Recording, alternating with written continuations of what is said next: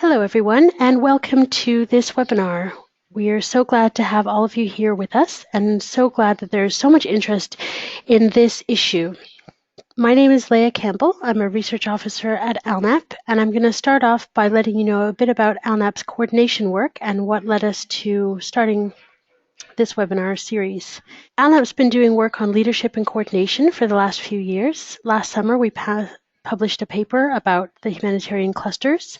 We followed that up with some roundtables with the global clusters, as well as over the past year and a half, we've done a short webinar series which explores leadership and coordination concepts from outside of the humanitarian sector and what use they might be for us as humanitarians. The next step in this work is a meeting that we're convening in June, looking at 4 different aspects of coordination.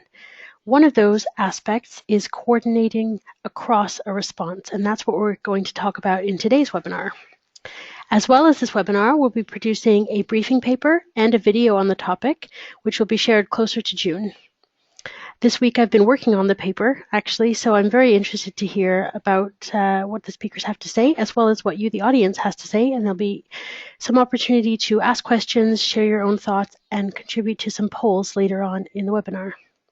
To briefly introduce the topic, which is how can humanitarians better coordinate across a response, I guess the first question is, what do we mean by coordination across a response?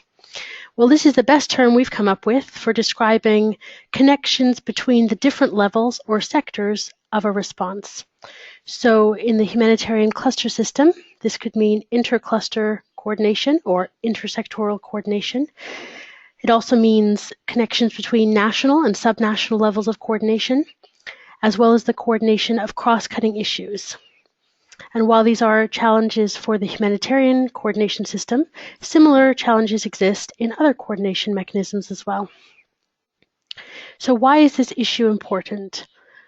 Well, it consistently came up in our research, as well as in discussions and readings of other work that we've done. It's an aspect that we haven't yet been able to address in our research, and there's a lot of ongoing discussion in the humanitarian sector about how we can improve humanitarian coordination, and these aspects in particular. So we felt this was a great time to reflect on what the challenges really are, what we know does work, what learning we might bring in from other sectors, and what key questions remain. So before I turn you over to our 3 speakers today, I just wanted to briefly introduce them to you. We have with us today Jessica Saule, who is the head of humanitarian food security and livelihoods for Save the Children UK. She's been engaged in the humanitarian sector for over 10 years in operations and headquarter roles. Her background is in operation management, humanitarian coordination, social protection, economic programming, and preparedness.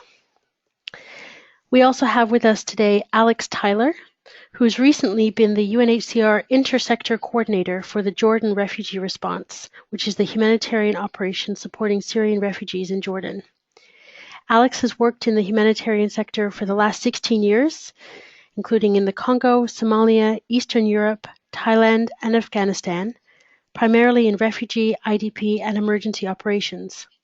He's held positions covering protection, program and project design, livelihoods, as well as coordination. Our last speaker is Carlos Geha. Carlos is the Deputy Head of Office for OCHA Jordan. He's worked for 13 years within the humanitarian sector, mostly with the ICRC and the UN, and prior to that worked in the private sector. He has worked in several complex emergencies, including Chad, Yemen, Sri Lanka, Nepal, Jordan, and the Ivory Coast. And he's been deployed on mission to Pakistan and recently was in Nepal, where he was based in the Gorkha sub-office, leading the humanitarian hub in the western part of Nepal. And it's this experience that Carlos is going to draw on today. So the final thing to do before I pass you over to our speakers is a bit of housekeeping. The first thing that I'll mention is we have a few polls. So the first poll should be up on your screen now, and we're really interested to hear from all of you at this time what your level of experience with coordination is. We have about 77% of you answering so far, so I'll read out the results. 27% of you have read or thought about coordination but don't have any operational experience yet. 38%, the highest number, have been involved in a humanitarian coordination mechanism. 14% have been involved in many different coordination mechanisms. 10% of you have been a cluster or sector or working group coordinator, and 11% have had coordination experience outside of the humanitarian sector. So that's quite a wide range of experience that we've got, and that's about 80% of you of about 130 attendees. So thank you so much for sharing that with us. I'll close that poll now, and we'll come back to the polls a little later on and get your thoughts on something else, some other part of the discussion. So I'm just about ready to turn over to our first speaker to address the first question as part of our Q&A, which is for our speakers to tell us a bit about their experience with coordination. So without further ado, here is Alex to let us know what his experience has been so far. So hello, thank you very much. So again, my name is Alex Tyler. I was recently the intersector coordinator for the refugee response in Jordan. Now I'm going to talk very briefly about the refugee coordination model, and then I will talk about how we applied that in the context of the Syrian refugee crisis in Jordan. And then lastly, I'll talk about intersector linkages and some of the challenges, some of the successes we had in Jordan in trying to encourage different sectors to talk to each other and to coordinate, both as sectors and organizations within those sectors. So first of all, the refugee coordination model. Now this is the refugee coordination model is a framework for coordinating, as you can imagine, a refugee response. It is a framework in the sense that it can be applied differently in different operations. It can be applied in emergency contexts, it can be applied in non-emergency contexts, and indeed it can be tailored as appropriate to that specific context. For instance, you don't need to have a complex coordination structure with many sectors in a response which is involving only a few actors, but yet by comparison, the responses to the Syria refugee crisis have required very complex, multi-layered coordination structures, including national level sectors, local level coordination structures, and heads of agency bodies, as well as, of course, interfaces with development, resilience actors, and the government. Now, the refugee coordination model is distinct from the cluster system, which many of you will be familiar with. The refugee coordination is overall led by UNHCR. It is the application of UNHCR's mandate through the General Assembly. UNHCR is delivering that mandate through partnership with different UN agencies, with different NGOs, with the government, and with the refugees themselves, to try and construct and to deliver the most effective operation in terms of providing protection and assistance to refugees. And again, I repeat the importance of ensuring that we keep that goal in mind, and that we are there the model is there and the coordination structure is there to protect and assist refugees, and that any structures which are developed around that should be tailored and tested to make sure that we are meeting that primary goal. Now, secondly, on to the context in Jordan. The engine of the coordination structures in Jordan were the refugee sectors. There were 7 sectors in total at the national level. They included the health, water and sanitation, education, food security, basic needs, which included non-food items and cash, and that oversaw then coordination structures at the local level. So there were 2 main camps which had their own an intersector coordination group and then many different sector groups, and then there were urban coordination meetings in 3 of the main towns, which were primarily just intersector groups. The refugee sectors, the chairs of those sectors, together with representatives from the INGO Forum and the senior gender advisor, met together in the intersector coordination group at the national level. This is the group I was chairing for the last few years. Now, that group, its function is to try and work on processes, on common processes, which can have an added value on the individual work of different sectors, to try and develop linkages between those sectors, to try and develop an overall improve the response, than it would otherwise have been if we had been working in silos. Now, and examples were, for instance, of intersector coordination were the development of the refugee response plans. Those were the main planning strategies and funding mechanisms for the last few years across the region affected by the Syrian refugee crisis. That included basically the setting of objectives, the setting of outputs and indicators, agreement on budgets, and overall strategic direction. It also covered monitoring and reporting on those goals, on those objectives. Other common projects included contingency planning and advocacy messages, and which both for specific sector advocacy concerns, but also advocacy vis-a-vis different stakeholders, which are relevant to the overall response. A last key process we developed was trying to agree on a common framework for defining vulnerability of refugees. We developed what was called the Vulnerability Assessment Framework, or VAF, which leveraged or used refugee data from registration applied through models. There was an econometric model and then sector-specific models, which then provided a scoring of each refugee family in terms of their relative vulnerability. Now, this was a very important process because it allowed us to collectively come together and agree on both a common definition of vulnerability, have a common understanding of who required assistance and what type of assistance and with which priority.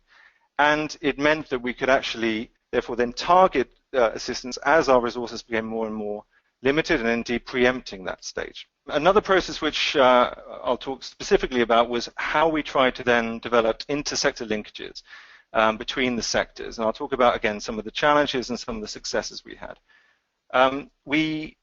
Over the last year, we've held every single month a presentation by one sector, almost like a peer review, where the sector chairs would present to the other sectors their main objectives, their challenges, their goals, and then there would be a working group discussions where on how other sectors could support them in achieving those goals, or rather than how those sectors could work together. This led to a long list of potential activities, many of which were actually ongoing, and which we then reviewed later on in the year to ensure that there was progress towards achieving some of these activities. There were some very good examples of intersector coordination. I mean, firstly, and very simple ones. First of all, just ensuring that each sector has a very clear work plan, and that in developing that work plan, other sectors have had an opportunity to contribute to that work plan. Secondly, that each sector had very clear objectives and time frame, the work plan for their activities, which meant that there was an obvious interface where other sectors could understand what the other sectors were doing and then see how they could link up with those sectors.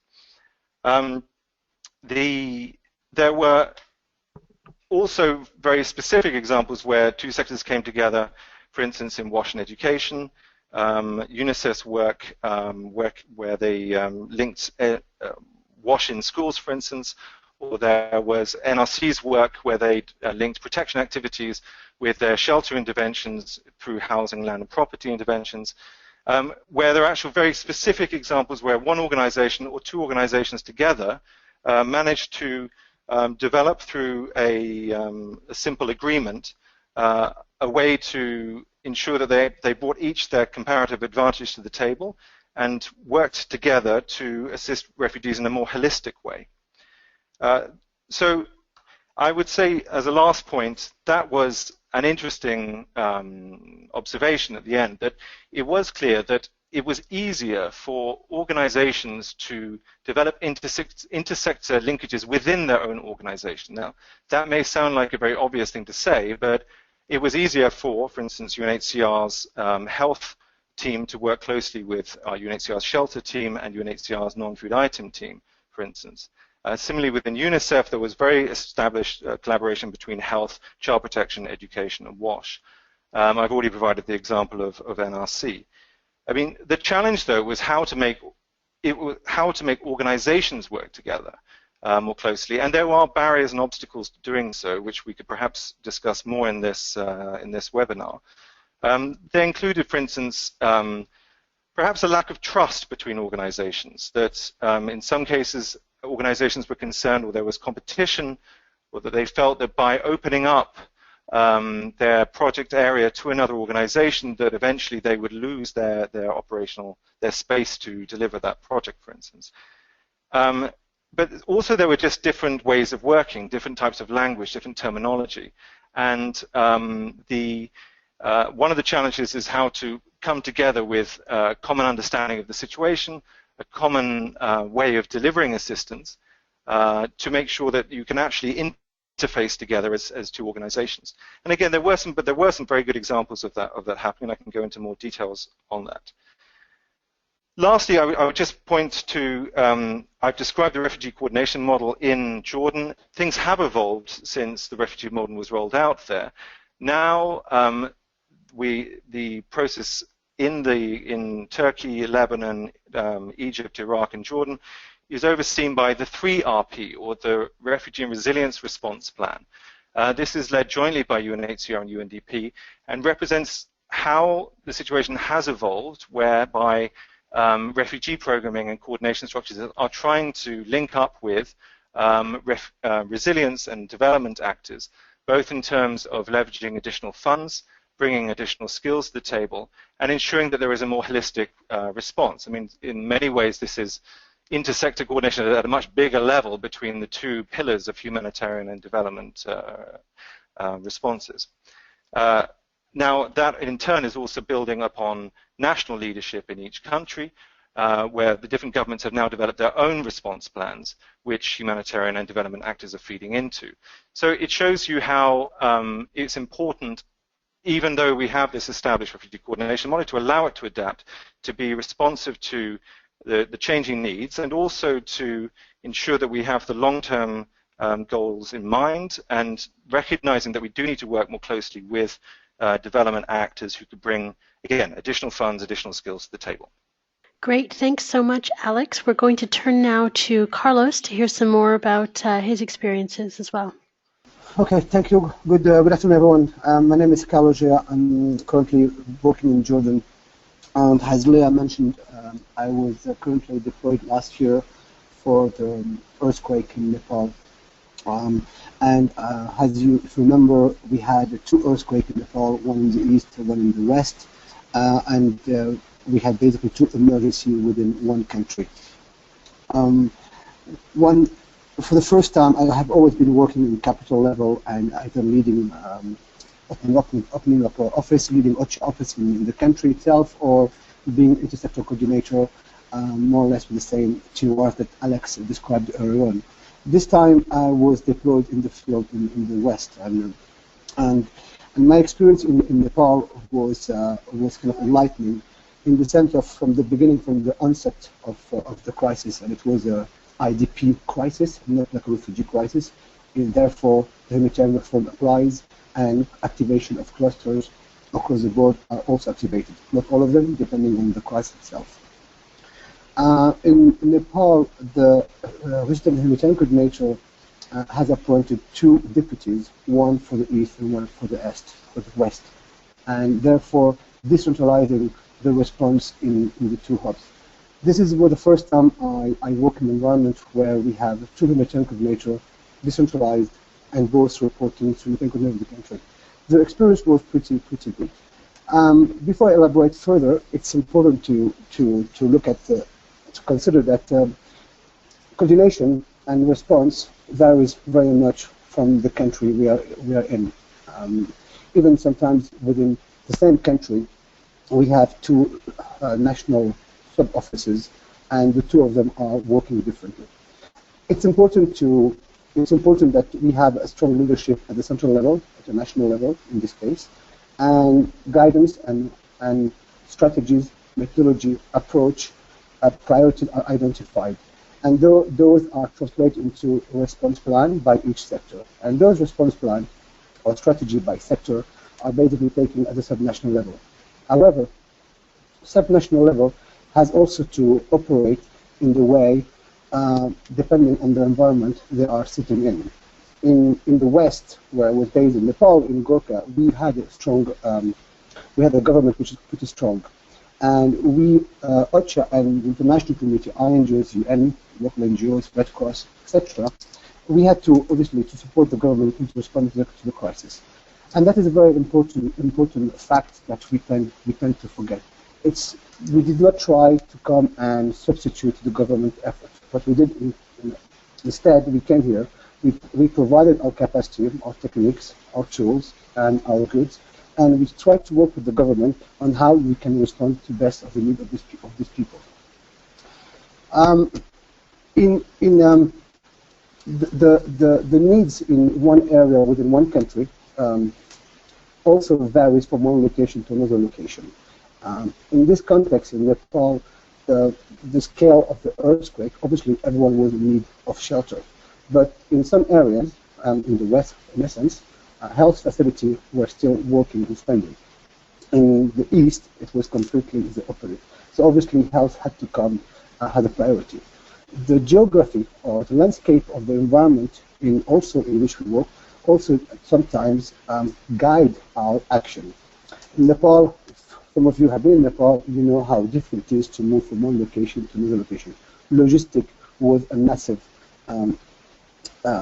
constraint to humanitarian actors, and we had to rely a lot on the logistic cluster led by WFP in order to move our goods from one location to another location.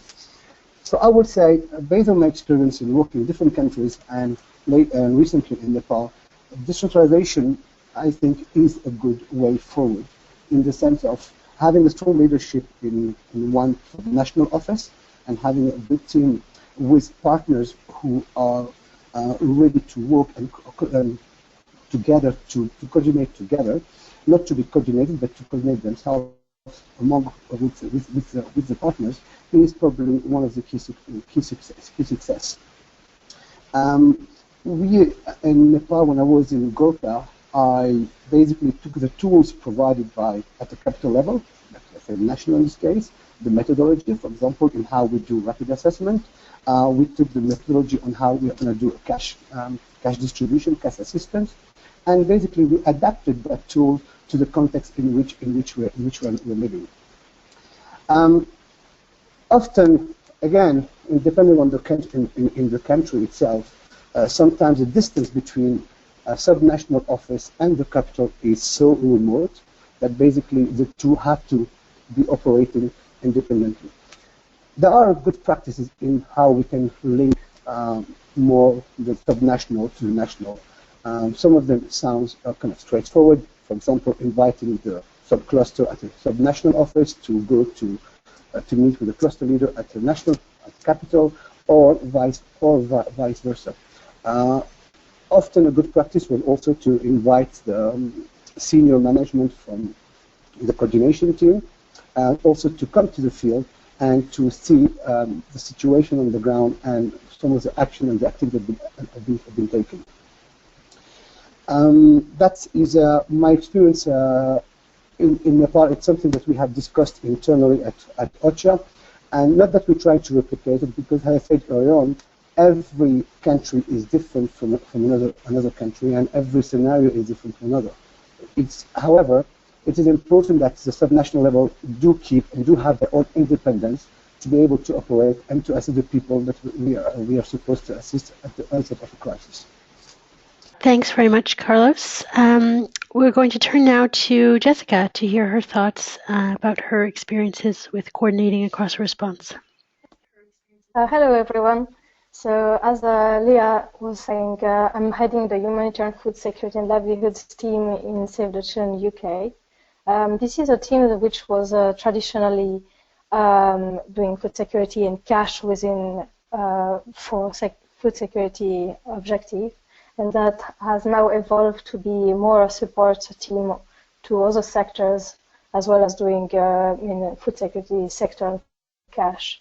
My coordination experience was both as an OCHA employee and in cash coordination, but for this talk I'm going to focus on the latter, as I have supported different experiences as an NGO employee, first with Oxfam and then Save the Children, and have done so from 2010.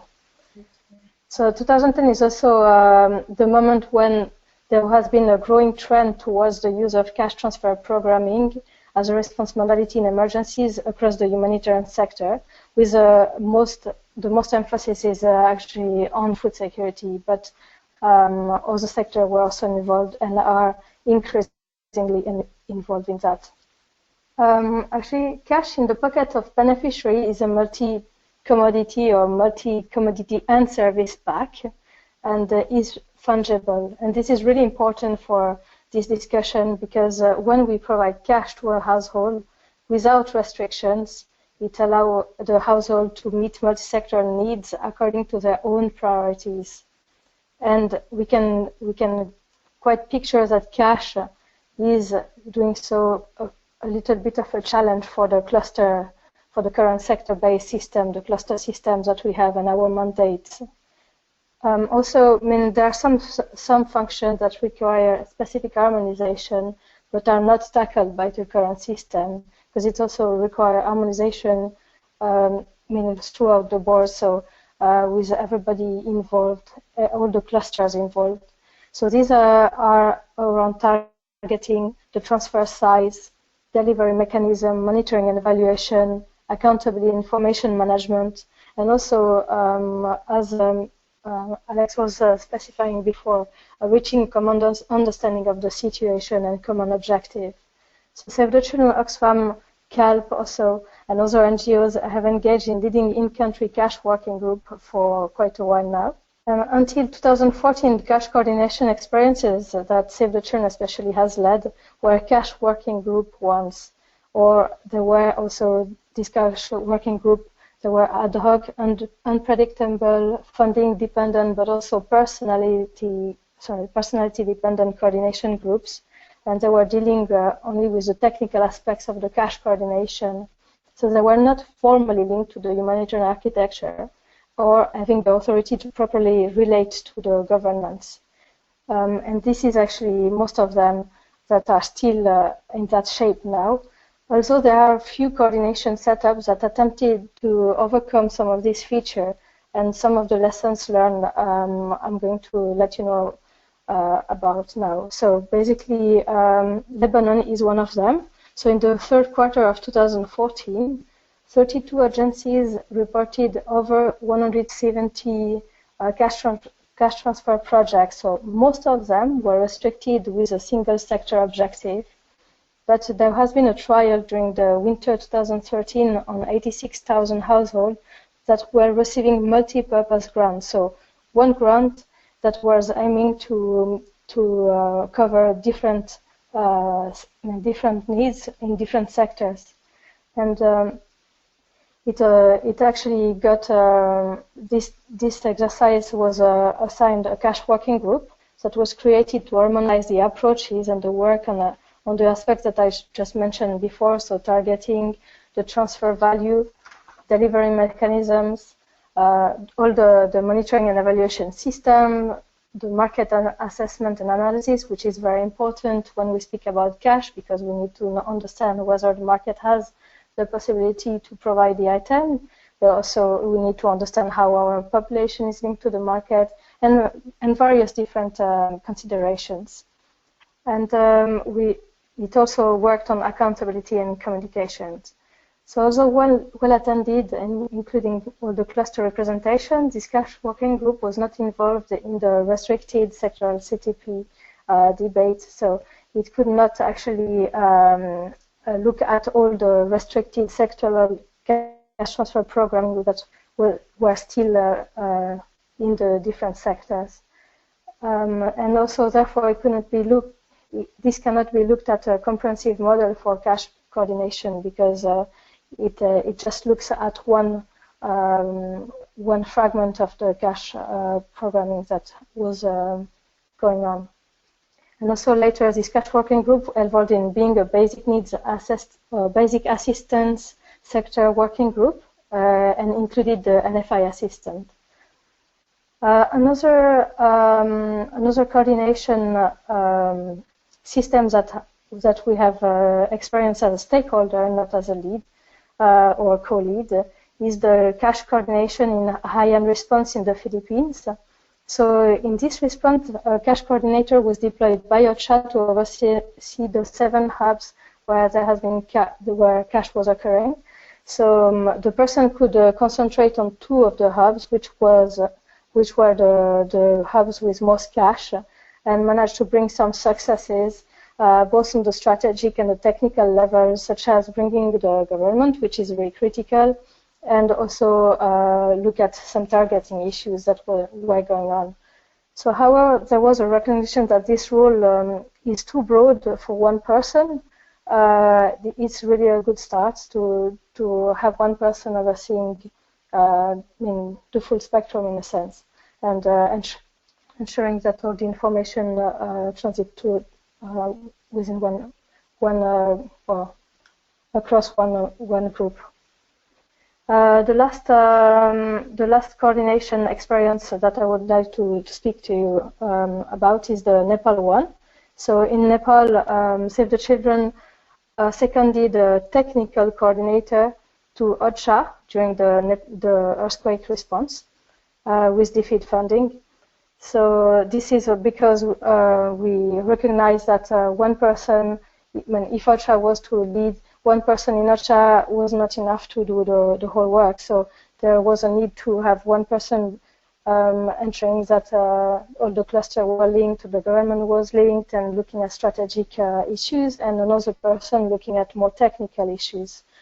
And this has been also this has been actually a good experience and overcome a few challenges, but it still showed that resources were not sufficient, and that the information side is something that needs to have particular insight on. So we need to really fix the information in system in those response, but alongside all different aspects.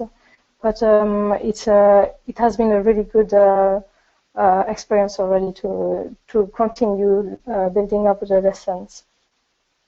Great. Well, thank you so much to all 3 of you for starting off the webinar by giving us a bit of a taste of your different experiences. There's quite a few questions that are coming in. I'm going to start off the discussion with one that was submitted in advance of the webinar. And we're going to start by going to Alex first. And the next question is, what possibilities are there for a more decentralized and localized approach to coordination that is adaptive and changing to complex contexts? We're going to turn to Alex to start this one off and hear what he has to say. Well, the short answer is there are many opportunities for more possibilities, more centralized and localized approaches. I think it depends on what level we're talking about. If we're talking difference between the global coordination policy and approaches versus country level, or decentralized within countries and having different approaches in different parts of the country, I would say that at one level it's important to have some consistency between the approaches which are applied. I mean, not least in terms of accountability for the response and knowing who should be doing what, and so that if there is an urgent response required and lives need to be saved, that the agencies are there and the organizations are there who can deliver and know that they should be delivering based on global responsibilities. There's also a value in having some predictability in the way coordination is done between different contexts. It makes it easier for partners to talk to each other if they are aware of, or they talk the same language, basically, in terms of coordination. Now, that being said, I would actually say that coordination is at its most vibrant when it is decentralized and when there are new ideas coming up and which are then taken on by the center or by the global level. I I've noticed that when I was working on the coordination in Jordan, that there were some very good practices developed in Lebanon, for instance, in Turkey, and in other parts of the world, which we were aware of through these sorts of webinars and online tools or exchanges.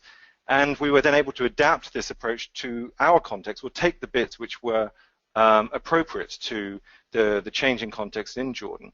And then vice versa. I think we've learned a lot from the cluster system, the transformative agenda, from UNHCR's perspective. And I think now the Syria crisis the refugee coordination model has set a certain tone and standard.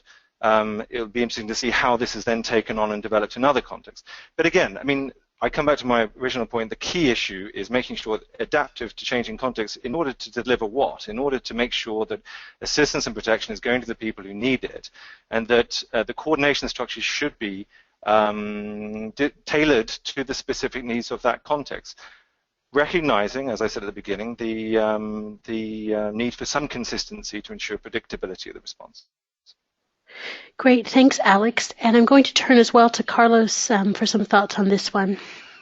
Yeah, I'm just mainly talking about coordination, decentralized coordination at a national level, not going to the global level. Indeed, one country should speak with one voice. We can't have sub-offices taking different methodology, different leads, because when it comes to comparing like with like, we need to be talking with the same indicators. And those usually are set up at a national level in collaboration, in coordination with all humanitarian actors across the board in the whole country. Just to capitalize on what Alex said, yes, there has been a lot of good practices used, and it's an evolving market in which we always have to adapt ourselves to basically to the demand. And these days we have a technology which we did not have 10 years ago, and with the technology and capability of it, we're able to do more things, assessing the needs and the gaps, and identifying where we have to tailor our approach. In the context, just to focus again, just in the context of Nepal, at some point, like the first 4 weeks, the government of Nepal at the central level was saying that food is the priority. And therefore, the logistic cluster was only using mainly their trucks and especially the helicopters, because we had a big deficiency on helicopters to transport goods. We're only using the helicopters mainly to transport food. In the West, where I was, the local government priority was basically to give the tools to people to rebuild their shelter, because all those people had their own means, coping mechanism into finding food in one way or another. And then we had to intervene through the Deputy Humanitarian Coordinator or the Western Humanitarian Coordinator to discuss it directly with the Resident Humanitarian Coordinator at the capital level into basically changing that in the sense of the intersector or the intercluster coordination body in the capital cannot dictate what has to be shipped across the country. And it took us a bit of a while into basically changing that shift, into basically convincing the local cluster that the needs in the West and the needs in the East are different, and it's not what the central government is asking for, could be for any political motivation or political reason, or that may be, that we have to do the same across the board. So yes, I will go for a decentralized approach as much as possible. Again, it varies on context. Obviously, if the capital is like only half an hour drive from the subnational office, well, that's a different story. But when we have a distance of a concern, I will decentralize, but ensuring that the subnational offices are using the tools as much as possible that are being set up at the capital level. Jessica mentioned earlier on that she worked on the cash in Nepal, which I was very much involved in Gorkha, in the western part of Nepal. Here, in this example, obviously we had a team working and doing different studies and analyzing and finding best practices, looking at the equity basket, how much we should be giving to people. We came up with a $75 amount, and that was good enough. But then identifying the vulnerability of the people in the West and using what was said at the capital level was not necessarily adaptable to our context.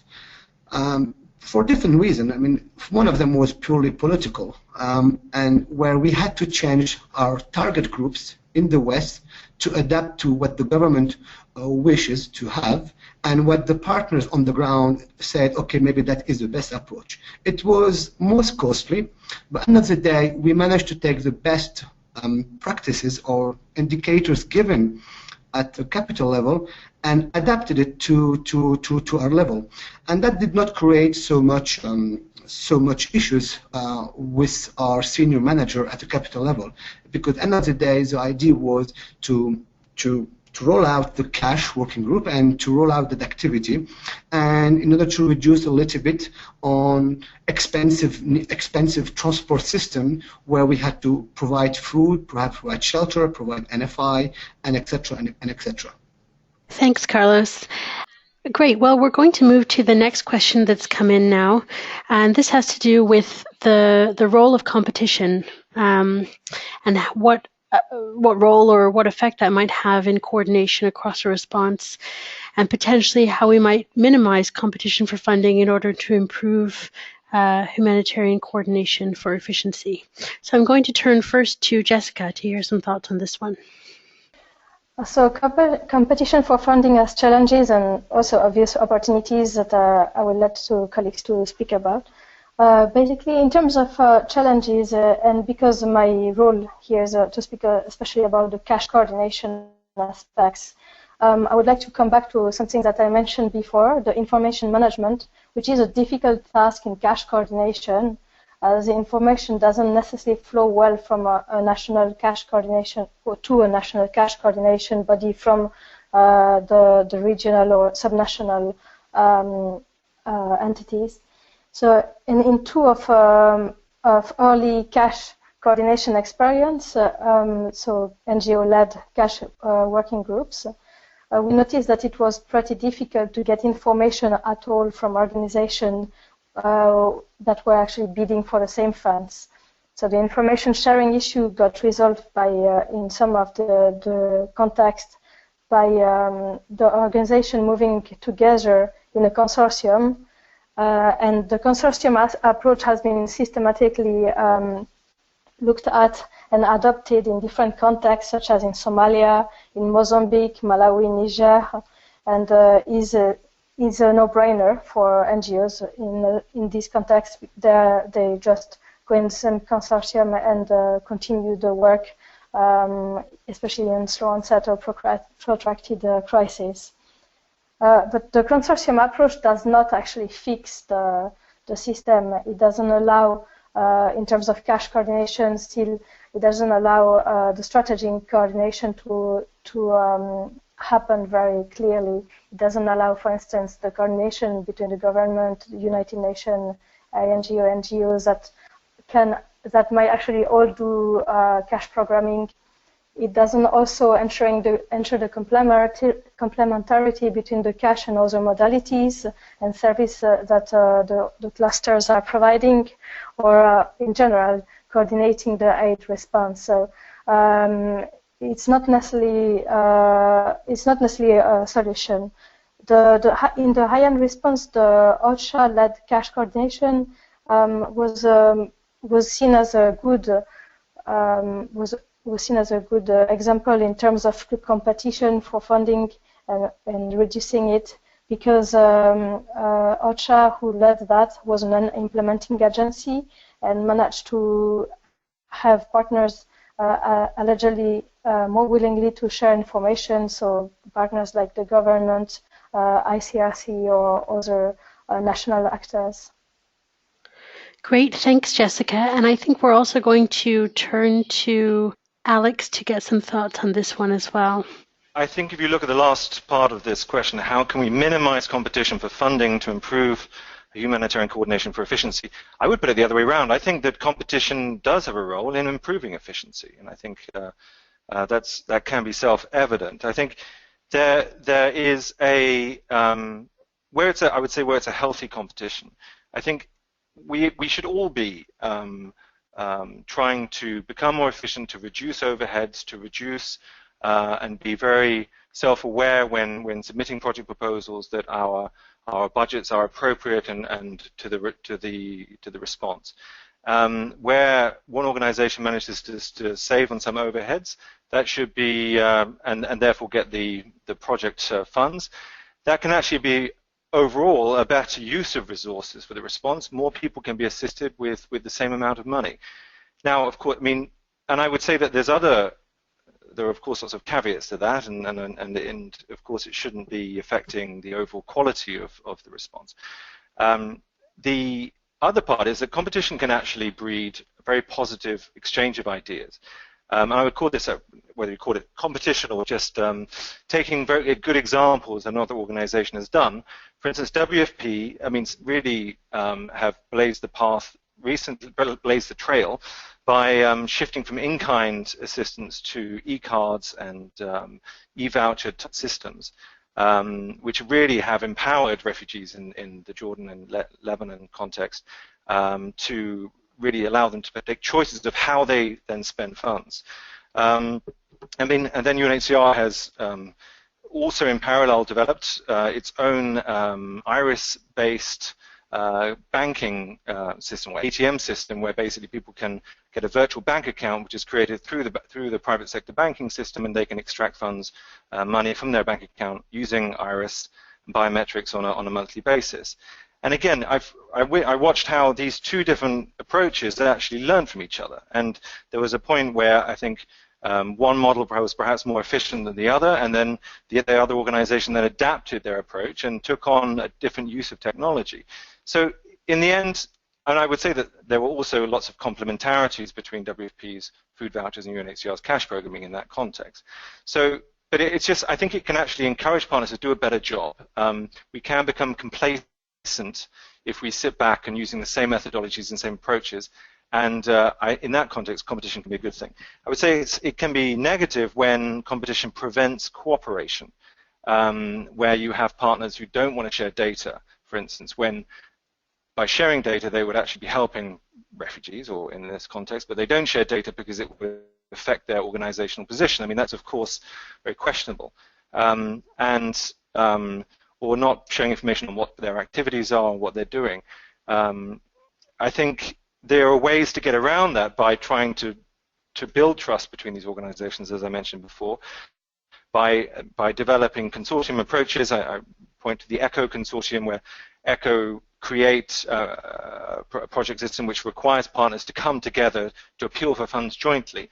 And in that case, those partners actually, by working together, for the same project proposal, they actually both have a value from it. A similar approach could be taken with some joint projects or joint programs in the UN system, where that's the most appropriate model. Great, thanks, Alex. I think a great, well-rounded answer there on both sides. So thanks very much. We've had a question come in that I'm going to turn to next, but before we turn to our speakers, I've turned, at least in part, this question into a poll to hear from you, the audience. So the question is about whose responsibility it is to ensure effective coordination across a response. And we obviously can only put so many options up on the screen, so I've focused the poll on one aspect of coordination across a response just for the purposes of the poll. And so I'll put this up on the screen, and just as a provocative question to see what people think.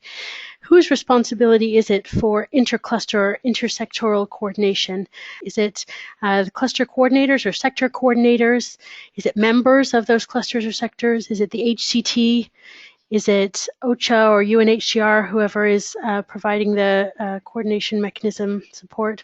Or is it donors? Or is it a mixture? I think you can check as many as you think it is. So as people do that, I'll turn to our first speaker on this question. So again, we're not just talking about intercluster, intersectoral coordination, although that is the poll. So for the speakers, feel free to draw on any aspect of coordination across a response that you've been involved in to think about this. I'll turn to Carlos first and see if he has any thoughts about whose responsibility it is what actors are responsible for ensuring that coordination across a response is effective? Thank you, Leah. Being an intersectoral coordinator and currently working in Jordan at the moment, but focusing on the Syria crisis, on the southern Syria part, coordination is a responsibility of all. Sector coordinator have a strong role to play. They're all professional, mature, with plenty of experience, deployed into any emergency context.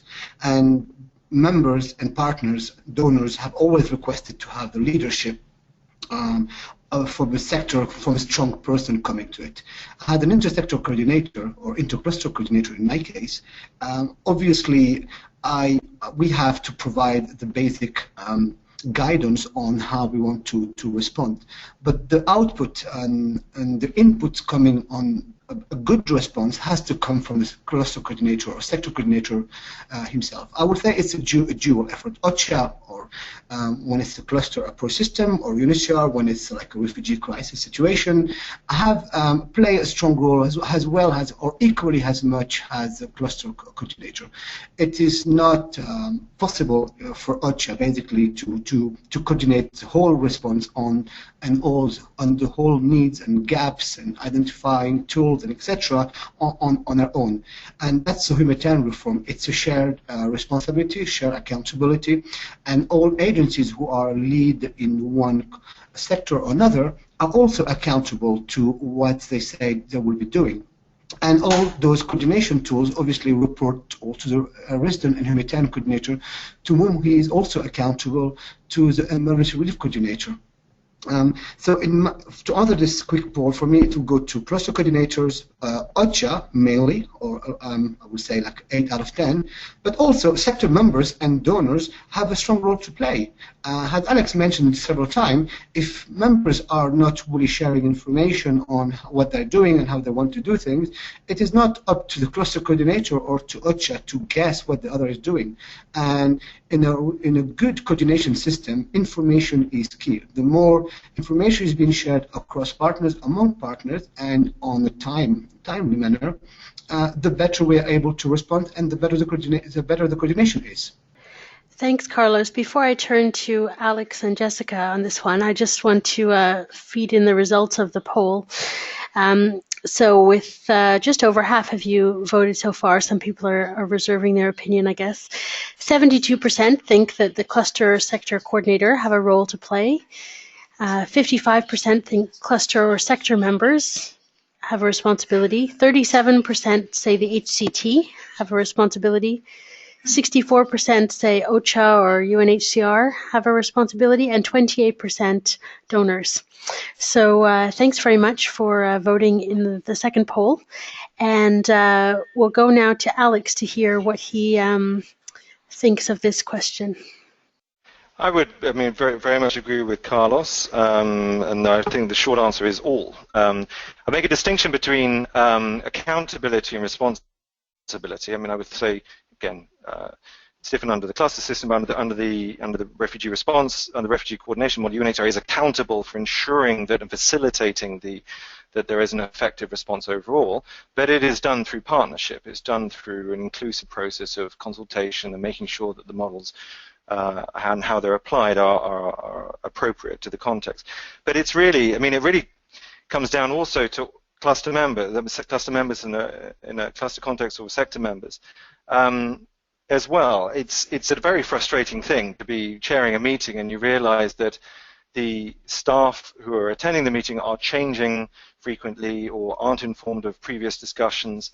And that means that the managers of the different organizations who are participating in the sector meetings really do need to take responsibility for ensuring that the right person comes at the right time with the right information to really make a genuine contribution to the discussion.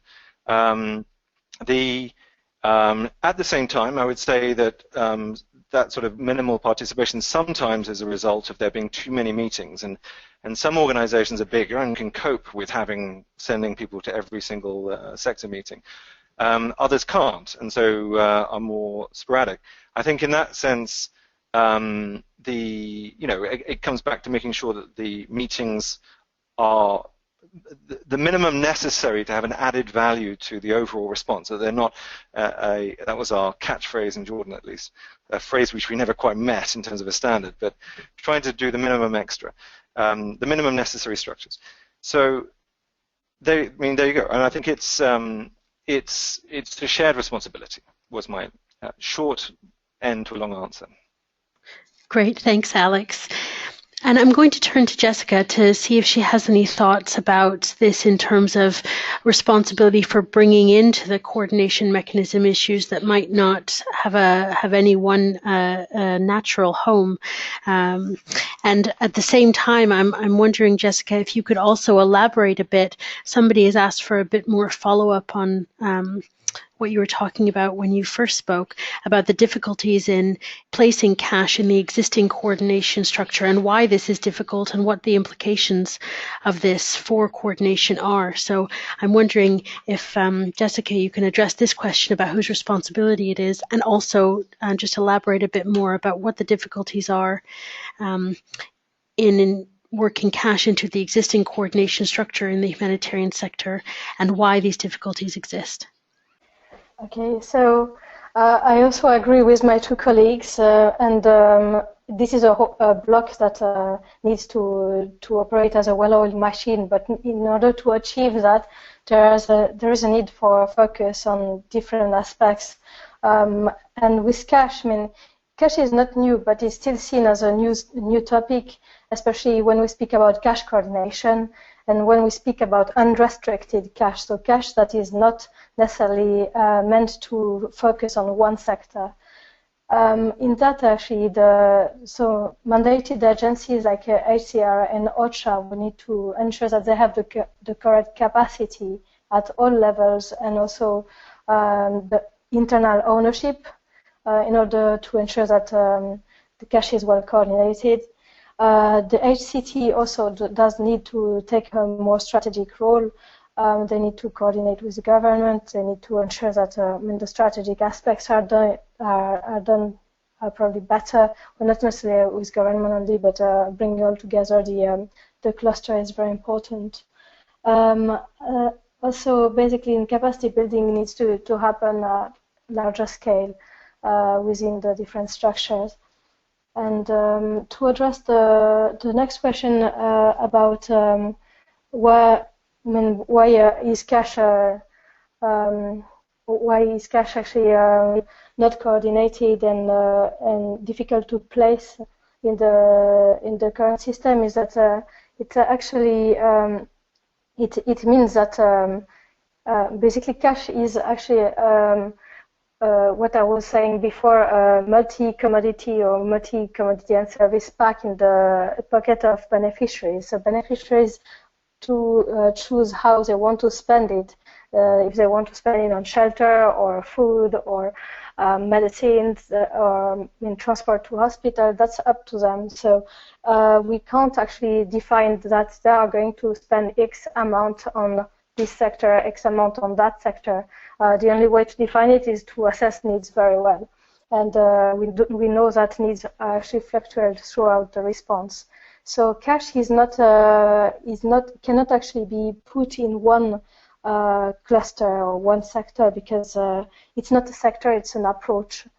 It's an approach to deliver outcomes, and so it actually, it is actually a catalyzer for all the discussion around who needs to step up and work and coordinate it. So it's also a topic for the World Humanitarian Summit.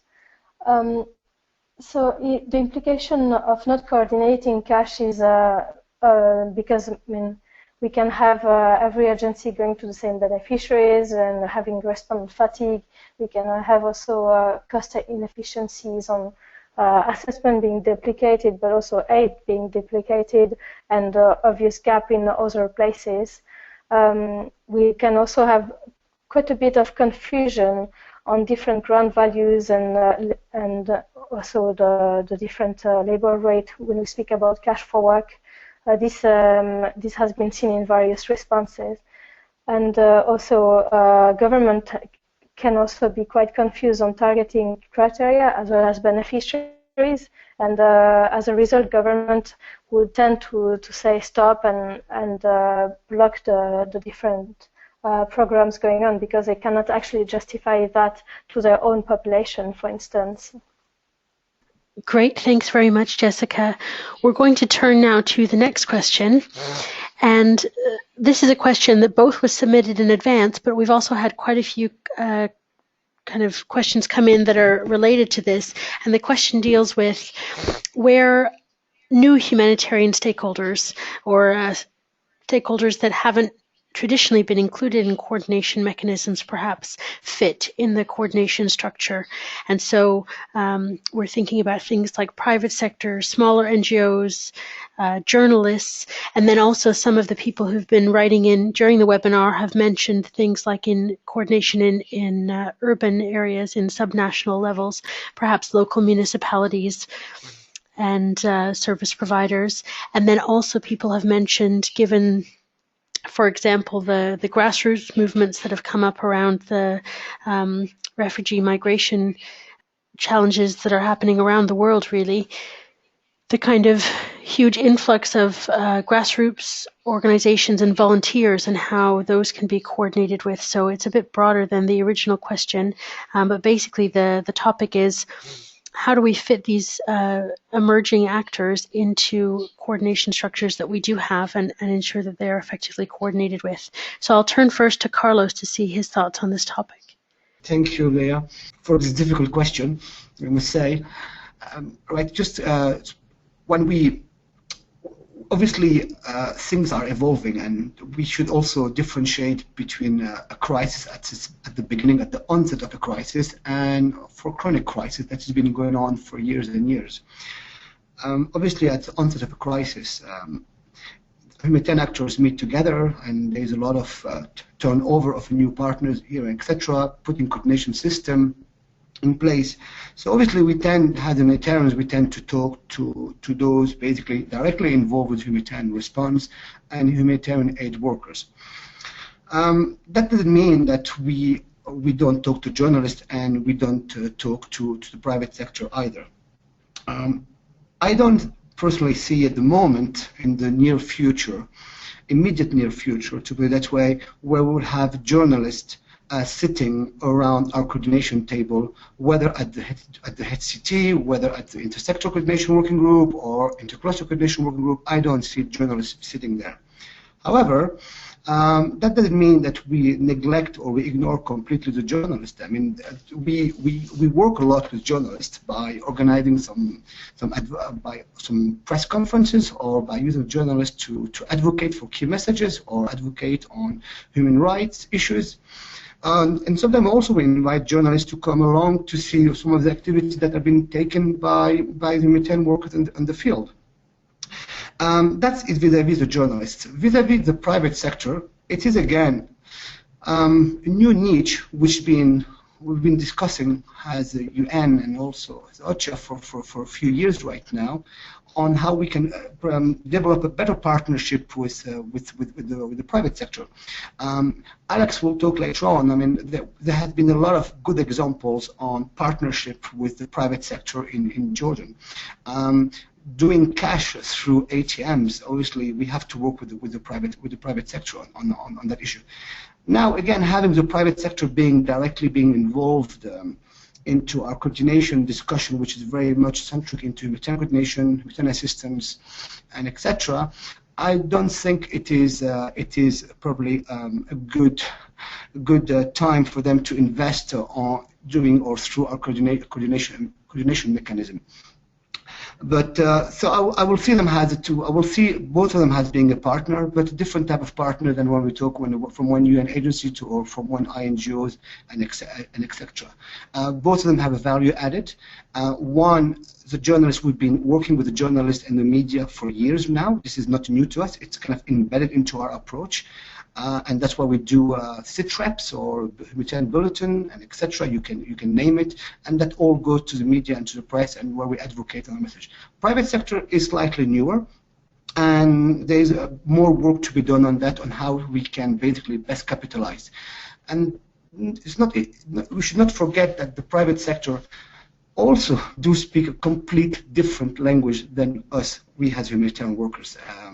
What maybe makes sense to them doesn't necessarily make sense to us. So we have some basic humanitarian principles that we respect, and we work around those humanitarian principles. Sometimes the private sector don't know those humanitarian principles, and the way how they view things is different. So it's kind of a difficult one in the sense of where we have to balance between what is appropriate and what we can do, what we cannot do, and where we put the barrier or the line. Thanks, Carlos. We're going to turn to Jessica as well for some thoughts on this one. Yeah, it's quite important to include the diversity of actors, but it can only be done in the right structure and if we don't want to waste everybody's time. So the working groups that I've personally attended, but also colleagues, are often attended by a large number of participants and become actually more of a one-way update exercise for the lead body rather than a sharing exercise. The more participants you have, the less quality discussion you get. And one option was in the past in different working groups, including the cash working group at global level, to set up core group and thematic subgroups. Core groups with executive functions, such as producing guidance and information on behalf of the other, or reviewing guidance or standards. Thematic subgroups, I was naming, and also advisory board and groups. So we could look at this group as entry points to capture the wealth of diversity that we can see. I haven't actually thought about all of the first responders and the groups that you have named, so this is going to be further thought for me.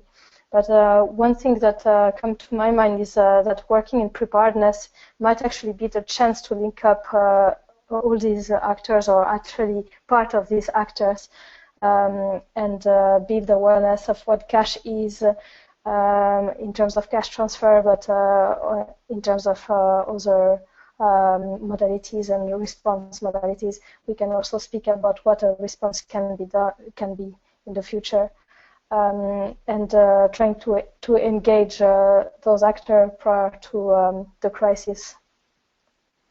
Great, thanks, Jessica. We don't have much time, so I'm going to move right next to our next question. This question has to do, I guess, with what we know works. The question is there a standard set of practices, procedures, a minimum set of actions or a checklist or what you need to do in order to effectively, I guess, link national and subnational coordination or to coordinate between sectors or clusters? So this really is focusing on, do we have a list of things that make it work, and what are those things? And we'll turn first to Alex on this one. There are a number of different tools available, both generic tools which provide advice and guidance on how to coordinate, how to manage meetings, how to co-chair terms of reference, sector coordinator terms of reference, cluster coordinator terms of reference, that sort of thing. And many of these are available from the Interagency Standing Committee. But there is also a tool which was developed for the Syria refugee response, which is available at www.coordinationtoolkit.org. This is actually, I'll ask the organizers to send this around or post the link, but it is actually a compilation of actual examples from different contexts, specifically Lebanon, Jordan, Turkey, etc., Iraq, and it's an example of, for instance, how different coordination structures worked in practice, which I found more useful when trying to develop these in Jordan, because then I could take practical examples. I could see how that they worked. I could see the challenges and why that they were developed in a certain way, and then apply them. So within that, in Jordan, we had, specifically on this question, we had terms of reference and guidance on linking urban and national coordination structures, which I'll have to check if they're in that toolkit or not, and if they're not, I'll try and make sure they are. I would say that there is a simple list in terms of linking central and urban coordination.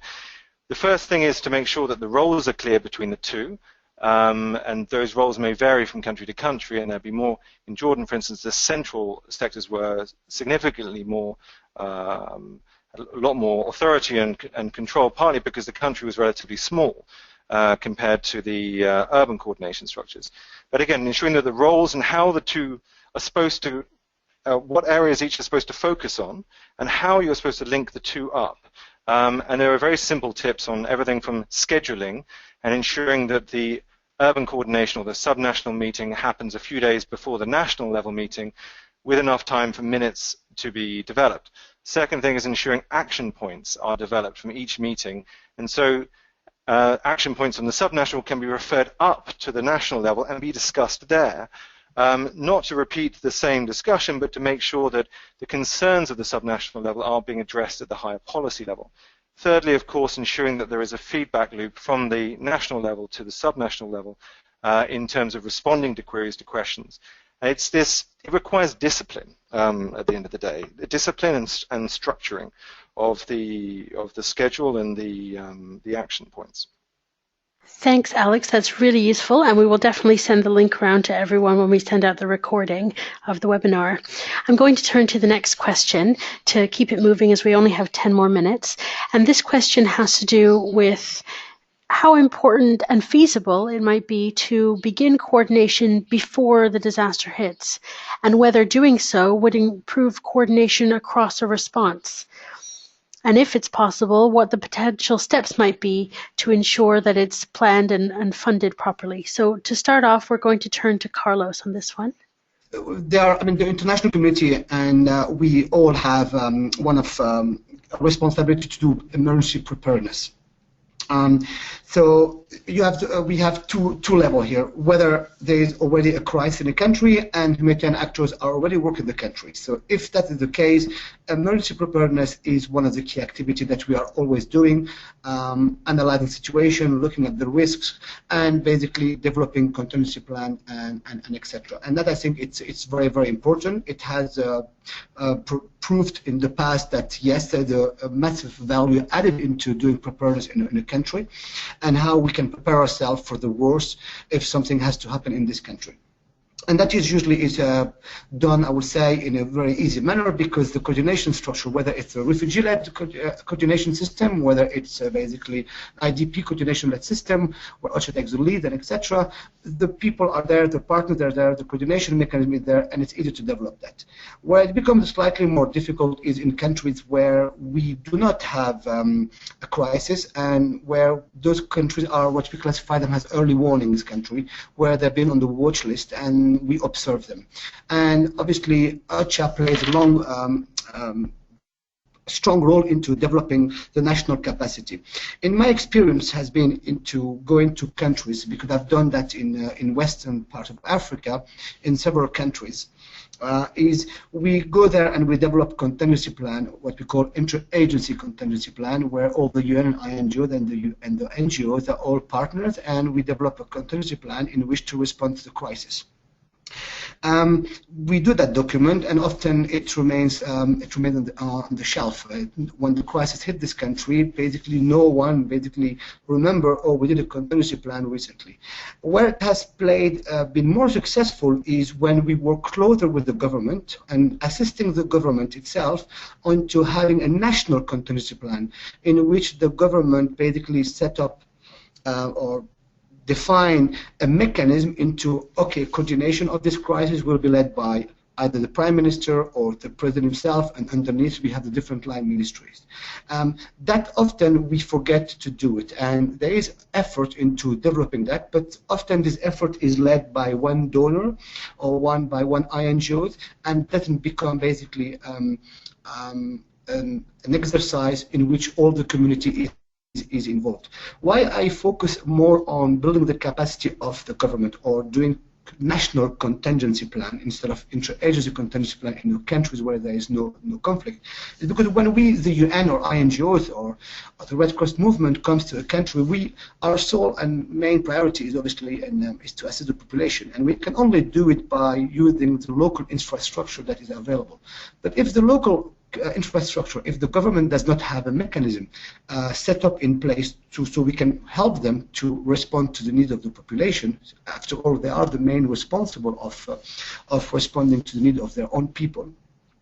It is difficult for us. It becomes basically the international actors coming and creating a system that substitute the effort or substitute an existing government. So for me, I would say yes, it is very important to invest on preparedness. Even more important to invest on preparedness at a national level for the country itself, and then after that, basically work with the humanitarian actors to work together and to respond to the crisis. Doing preparedness in an existing conflict, in an existing country where there's an existing crisis, I think this is now we are doing it all the time. I mean, whether it's UNHCR, whether it's OCHA, it's being done at nearly all levels and in every country where there is a strong coordination mechanism in place. Thanks, Carlos. And I'll just quickly turn to Jessica to give some quick thoughts on this one as well. Okay, thanks. I can speak in length about this topic, so I'll try to save a little bit of the time. Basically, it's quite important to do it, and it is feasible. But a number of steps should be done in order to do that, especially when you speak about cash coordination. So, as I mentioned before, building the staff capacity, especially at national level, as Carlos mentioned, is very important. When we speak about cash programming, there are some necessary analysis that needs to be done pre-crisis or in peacetime that will really enable and speed up the cash response during a crisis, and also allow us to understand when the cash response can be operated.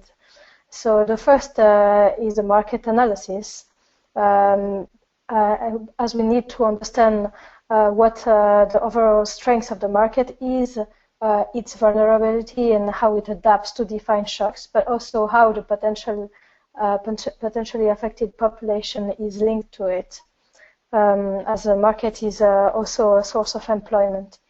The second analysis is the baseline analysis of how people live and prepare for disaster. And the third analysis is cash feasibility assessment, looking at the private sector especially, and understanding how to link the national local financial services, doing the right MOUs with them in peacetime or pre-crisis time is important. Then another aspect is the aspect of linking with the government, as Carlos mentioned again. So basically, we need to ensure that maybe UNDP sign a MOU with the government pre-crisis, but we also need to ensure that all the ministries that will have a stake in the crisis are linked up, and also to define how possible and appropriate it would be to make emergency cash transfer through the National Social Protection Program if there is one in place. Then also going back to national capacity, and the fact that experience shows that coordination works better when there is already a body in place, either because there has been a active group in place before the crisis struck, or because there was already a crisis before and a bigger crisis came. It's to basically we need to prearrange national cash working group for the cash transfer coordination with potential stakeholders from long-lasting agencies and ideally key national staff representing them. This has been the case with the high-end response. There has been a cash working group set up and still active now. So for me, that would be my answer. Great, thanks, Jessica. So as we only have a couple of minutes left, what we're going to do is do our final poll, which is also our final question for our speakers. And this has to do with whether the existing humanitarian coordination architecture is fit for purpose in terms of achieving coordination across a response. So things like connecting national and subnational levels, things like coordination across the different sectors of a response, and also finding a home for cross-cutting issues. So I'm going to turn first, while the poll is open, to Alex to have his last word on this webinar, on this topic, and any final closing thoughts. Alex? That's a very big question for a last-minute word. I would say, in short, yes, that the humanitarian coordination structures are sufficient to be delivering on humanitarian responses. The challenge is when we're trying to link up with or where the response in general requires political solutions, or where we need to link up with development actors. The challenge is how to interface with those and to ensure that there is a partnership between the two, especially between humanitarian and development. And I've already mentioned some good examples of how this is being tried and tested in the Syria crisis through the 3RP. And that's where we need to, I think, there are some people saying that the humanitarian system is broken, for instance, and I don't think that is accurate. I think that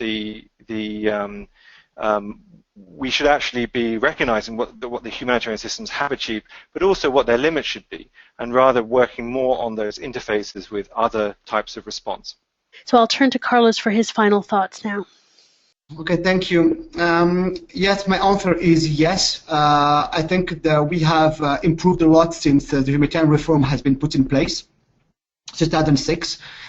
We certainly, the international community has certainly saved thousands of lives, if not more, with the better coordination framework. The Syria crisis also has put the level of coordination to one step higher. And obviously there's a lot to learn on the best practices that have been developed in the Syria crisis, in which the UNHCR led the coordination effort and the way how it's been done. Initially, as Alex mentioned early on, a lot has been learned from the humanitarian reform, and that's been taken over through the Syria crisis to a different level, to a higher level, more, I would say, genuine level. And then I think we can deliver, and the coordination mechanism put in place, and the way how it's been fine-tuned over the years with best practices, best experience, more knowledgeable cluster coordinator, and more knowledgeable leadership and stronger leadership at the country level. Definitely it has improved and it is working. Great, thanks Carlos. And for our final word on the webinar, I turn to Jessica. So indeed, it's a broad question, but if we would like to look at a few things that would need to happen for correct or more correct cash coordination, there would be a need for more ownership at all coordination levels, and more resources, especially to allow the work in preparedness in an inclusive way, so not only to a few agencies, but really ensuring that the breadth of actors are included. Well, we don't really know what the outcomes of the World Humanitarian Summit will be, but we hope that cash will feature more at cluster level and in intercluster level, and that the HCT would take a more strategic role. Thanks, Jessica, and thank you again to all of our speakers and to everyone listening on. I'll quickly tell you the result of the poll. A strong 58% of those who voted have opted for some elements can work, but we need to change others. And again, it would be really interesting to hear what you think those are. 22% think yes, but with quite a bit of improvement. 12% say yes, but with only minimal improvements. 7% are unclear what is possible or what degree of changes might be needed. And just 1% think no, not with the current coordination structure. So quite a range of opinions. And thank you again so much for those of you who've voiced your thoughts today in that poll. Just to close, I want to reiterate that we really are interested in hearing your thoughts about this. This is the start of this chapter of ALNAP's coordination work. And as I mentioned, we'll be doing 3 more webinars. We'll be producing 4 videos, 4 papers, doing a meeting in June, and then making a final meeting paper and video afterwards. So we're really interested in continuing the discussion with everyone around these issues. And as I've already mentioned, the next webinar in this series will focus on the role of national actors in humanitarian coordination, both national governments and national NGOs. And that webinar is on March the 22nd, and you should have already received an email with a link to that. So thank you again to everyone, and I hope you have a great rest of your day. Bye.